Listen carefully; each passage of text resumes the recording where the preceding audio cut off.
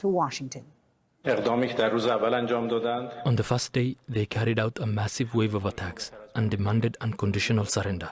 And now, after roughly 15 days since the war began, they are turning to others for help regarding the security of the Strait of Hormuz, to those whom until yesterday they considered enemies. Of course, from our perspective, it's open. It's only closed to our enemies, to those who carried out unjust aggression against our country and to their allies. Meanwhile, there have been more attacks on Gulf countries. In the UAE, a drone incident near Dubai airport set fire to a fuel tank, and authorities in Abu Dhabi say one person was killed in a missile attack there. There have been 2 rounds of attacks on Doha. Qatar's foreign ministry spokesman says Iran is targeting civilian facilities. Let me make it very clear. Since the Iranian attacks have started on Qatar, the threats and the attacks on civilian targets have not stopped. These attacks are ongoing every day, and the threat to civilians is ongoing every day. The fact that we had to evacuate, civilians and students and faculty during the weekend is just one realization of what this means for the people who are living in these conditions. But we also assert that we have been able to this point, due to the bravery of the people in our armed forces, to withstand all of these threats and attacks. Meanwhile, Iran's foreign ministry says Tehran is not responsible for all the attacks carried out on its neighbors since the war began.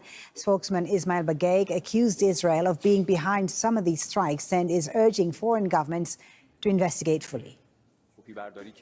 They've copied a number of weapons used by Iran. Some even alleged that the Iranian drones can reach the United States western coast.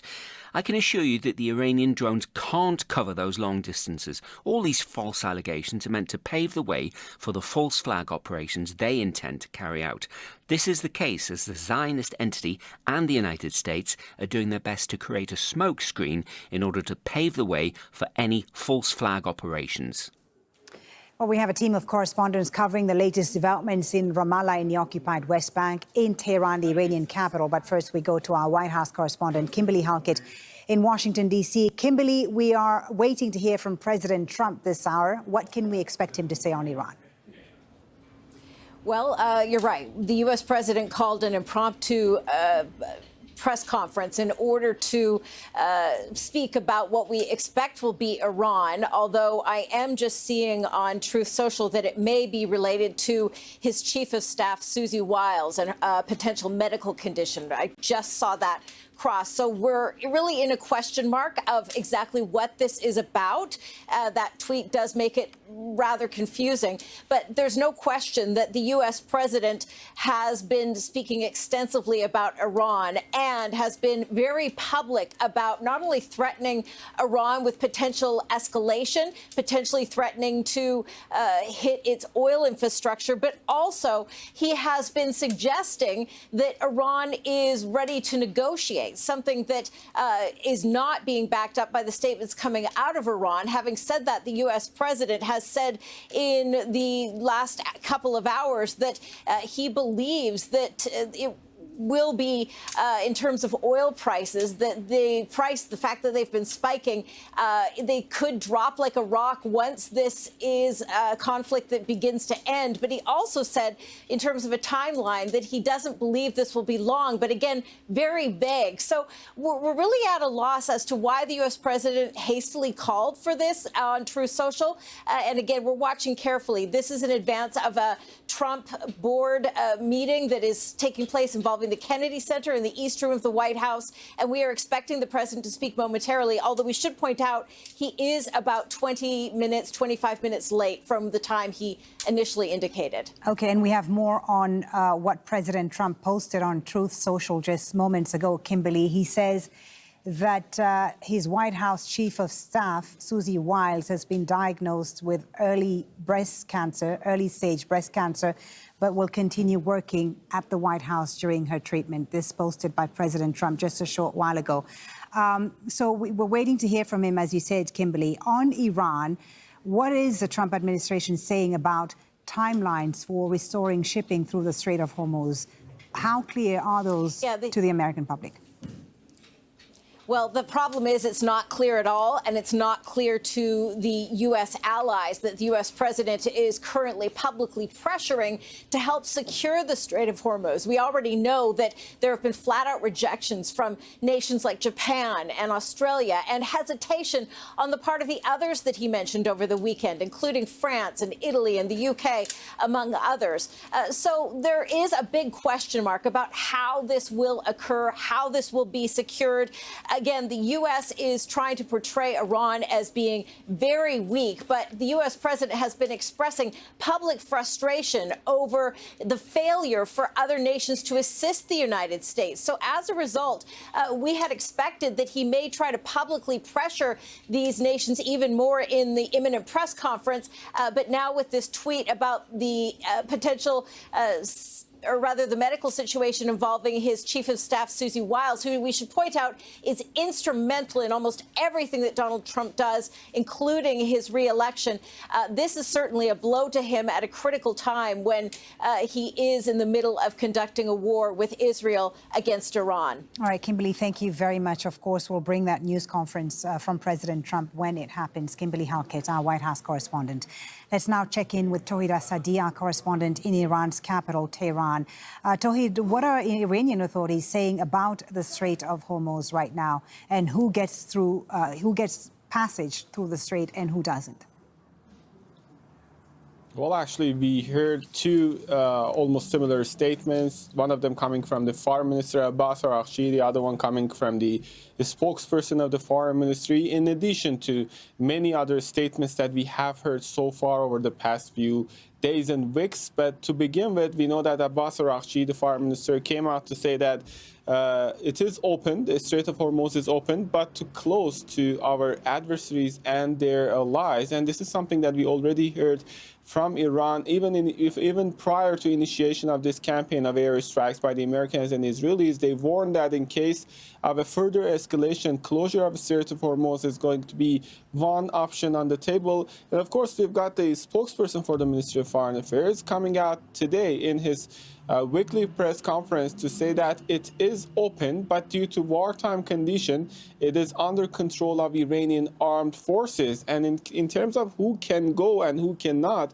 Iran says those countries, those vessels, ships, or oil tankers belonging to the adversaries do not have any right to pass through this important choke point. And we know the role of this strategically significant choke point when it comes to the global energy market and other perspectives. So Iran is, in a sense, trying to use this leverage to actually, in order to maintain its own benefits in this situation. And prior to that, we've got Ali Larijani, the National Security Council's secretary, coming out to say that it's going to be either a strait for peace for all, or we are not going to, basically what he says or what he means is that, you know, Iran is not going to allow any passage. And we also had reports earlier from a couple of days ago that some ships, some oil tankers, which tried to approach the Strait of Hormuz and just not paying attention to the warning by the Iranian side, they were targeted.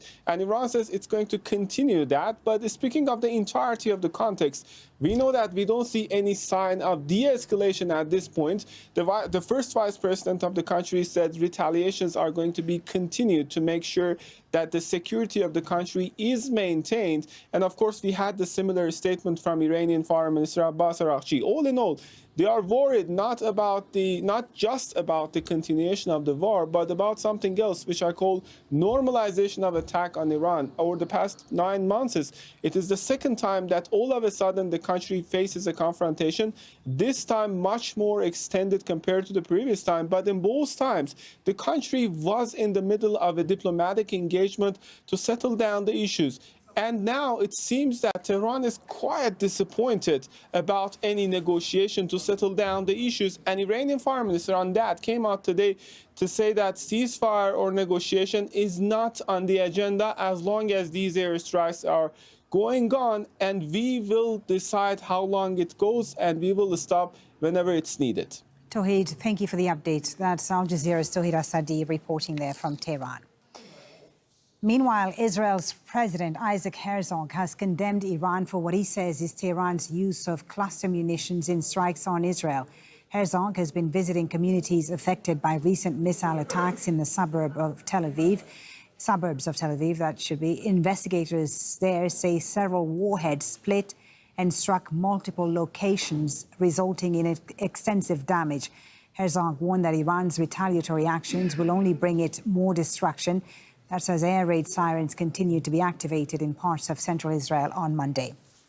Let's get an update with Noor O'Day, who's monitoring the situation in Israel for us from Ramallah in the occupied West Bank. Tell us about what's been happening there and how Israelis are coping with the constant sirens.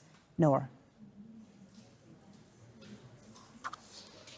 Well, it's very difficult to cope fully. We've seen today, perhaps for the first time, shrapnel and debris fall in occupied East Jerusalem and in West Jerusalem. We saw members of the Israeli Knesset who were meeting in committees, having to run to shelter. There are reports that some of the shrapnel fell close to Benjamin Netanyahu's office in Western Jerusalem. Reports of damage also in coastal cities, in cities as north as Safed. And that really has put a halt to discussions that we heard earlier about perhaps easing restrictions, easing the state of emergency restrictions on public gatherings. Already, mayors had said there is no way they were going to allow school children to come back to school because it is simply not safe. And we're talking about, major Israeli cities here in the north,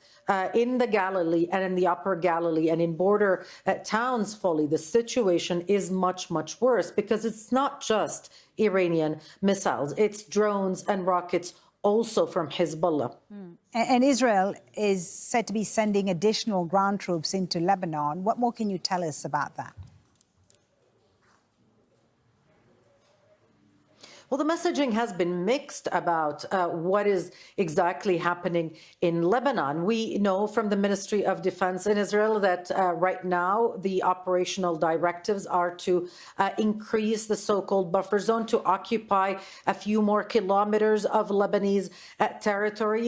Forced evacuation, forced displacement orders had been issued to all of the residents of the south in Lebanon up until the Litani River. And that is really where the political messaging is, that Israel must keep that part of Lebanon vacated of its Lebanese residents, that it must take it over and use it as a buffer zone for northern communities. The preparations are underway for months of confrontation with Hezbollah.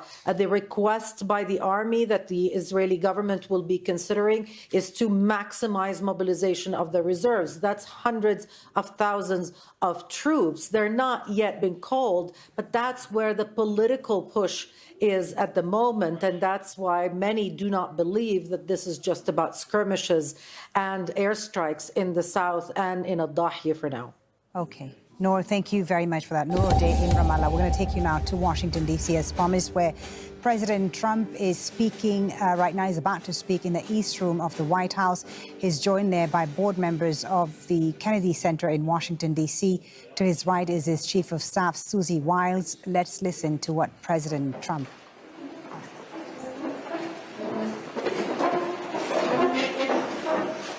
No place like the White House. Do we agree? Agreed. Right, Mr. Kraft?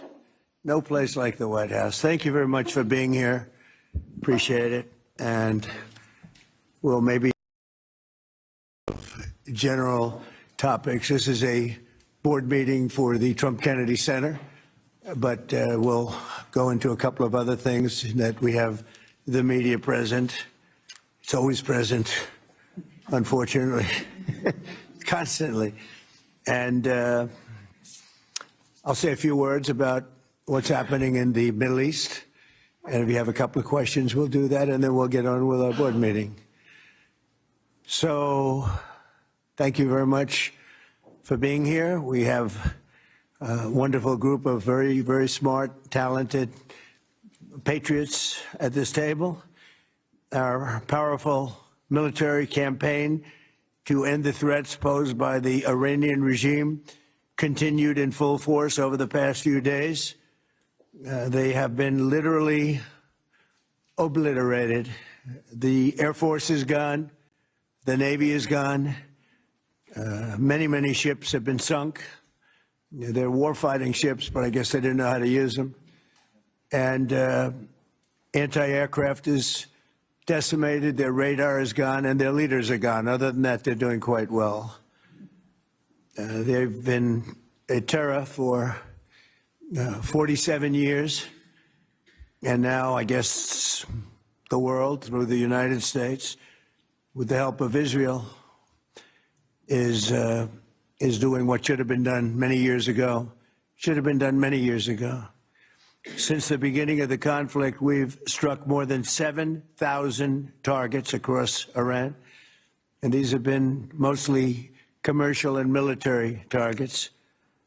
We've achieved a 90% reduction in their ballistic missile launches and a 95% reduction in drone attacks.